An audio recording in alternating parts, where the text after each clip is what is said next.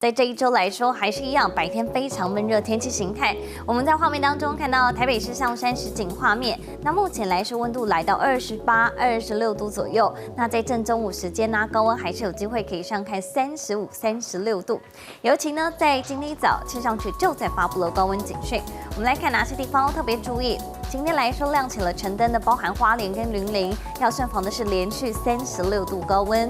嘉义县啊、台南、高雄，还有在屏东跟台东，今天也是有机会高温上看到36度。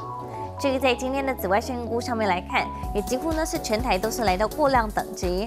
另外，像在台东，今天紫外线预估则是来到危险等级，提醒大家外出时间还是要记得擦上防晒，多多补充水分。那至于在今天来说的降雨量上面来看的话，主要还是集中在今天下午。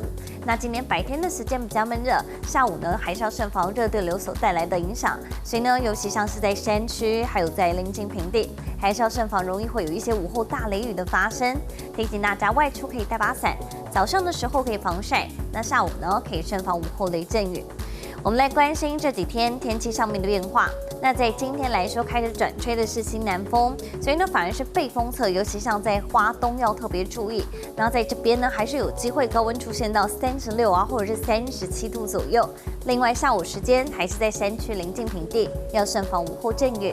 那至于到了周日到周六来说，白天还是一样偏比较闷热天气形态。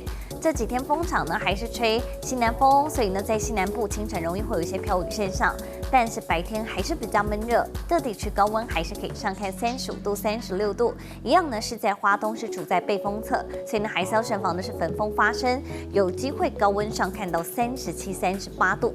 我们来关心这几天温度上面的变化，在北台湾在这一周高温可以上看35度啊、36度。中南部来说的话，白天时间虽然有一些飘雨现象，清晨容易会有一些受到西南风的影响，容易会出现一些飘雨，但是在白天，尤其正中午，中南部高温还是可以上看35度、36度。提醒大家外出时间防晒补水作业要记得做好。那东半部，尤其是花东，再度提醒要特别留意，尤其从今天开始呢，一路到周日，都还是有机会高温飙升到37或者是38度。